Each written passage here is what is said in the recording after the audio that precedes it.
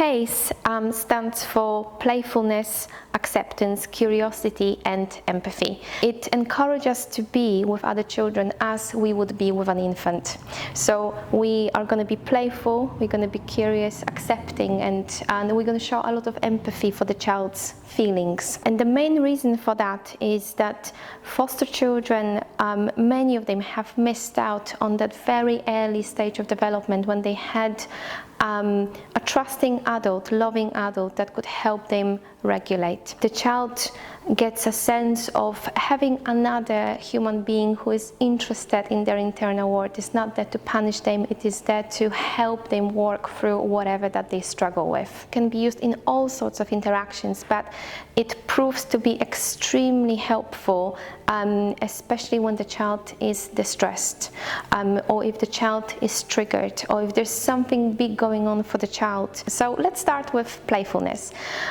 Playfulness, it's all about being light-hearted, being even silly sometimes with the child, using sense of humor, and being playful in day-to-day situations can create that connection, can create that sense of safety. So there are different ways that we can be playful. For example, sing a song together with the child on the way to school, or maybe we can create a funny story together with a child. You recognize that the child is ready to be playful with you and you just go with it. In my work with foster parents, I always tell them that in that PACE model, the last 3 letters are written in capital letters. The first one is a small p. We always have to be accepting, curious and empathetic towards the child, but we have to think very clearly when and how we want to be playful with the child. If the child is extremely upset about something, so let's say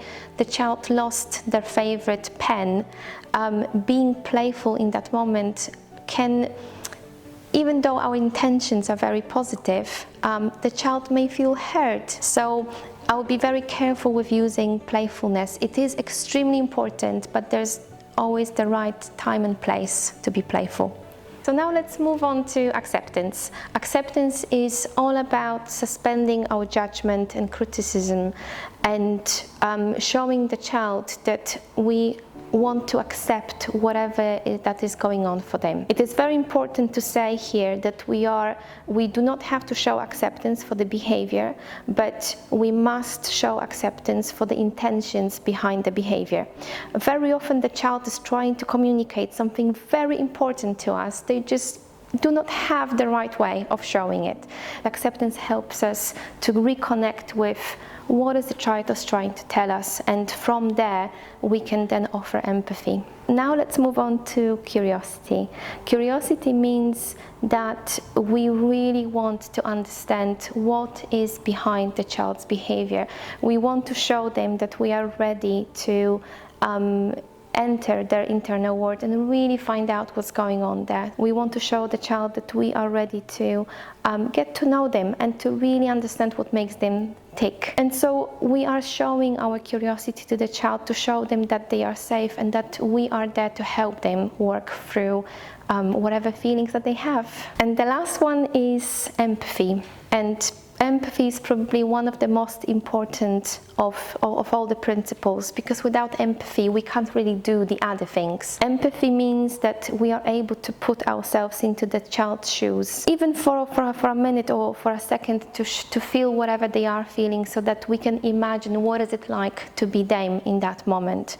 And empathy can really help us understand some of the more difficult behaviors that children are going to show. So again, empathy, if we know enough about the child's history, if we know enough about what they went through, it can really help us understand why they did certain things the way they did. Empathy can help us connect to whatever it is that they are feeling, and when we do that, it is so much easier for us to then respond without being triggered or without getting angry with the child, without getting frustrated, and it can help us form a response that is going to help the child heal from the trauma.